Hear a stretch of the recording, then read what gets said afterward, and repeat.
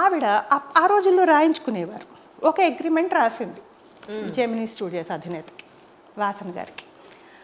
3 సినిమాలు ఎన్నో 5 అయ్యేదాకా వేరొకళ్ళ దగ్గర నేను నటించను అని చెప్పి.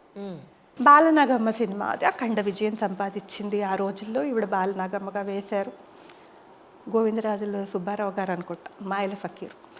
అప్పుడు ఆ ప్రొడ్యూసర్ గారితో ఈవిడకి ఏదో మాట వచ్చి ఈవిడ ఈగో చూపించిందో లేకపోతే ఆయన కోరగా ఏదైనా డిమాండ్ చేశారో సంథింగ్, అది మనకు తెలియదు. అదెవరో గ్రంథస్థం చేయలే, ఏ టాక్ షోలో కూడా చెప్పలే విపులంగా. కానీ ఆయనకి ఈవిడ మీద పంతం వచ్చింది. ఈవిడ ఎలా ఈ ఫీల్డ్లో కొనసాగుతుంది, నాకు ఒక అగ్రిమెంట్ రాసింది కదా అని చెప్పి 3 సినిమాల దాకా మరి ఆయనకు చేయాలిగా, 3ో 5ో ఆయన అసలు తీయలేదు ఈవిడతో. వేరే వాళ్ళని బుక్ చేసుకుని వేరే సినిమాలు తీశాడు. ఈవిడికి ఎక్కడ చెల్లదు ఇది. కోర్టుకి వెళ్ళినా కూడా నువ్వు రాసావు, సంతకం పెట్టావు, ఆయన తీసేదాకా నువ్వు వెయిట్ చేయాలన్నారు. ఆవిడ పిచ్చిదైపోయింది మానసికంగా.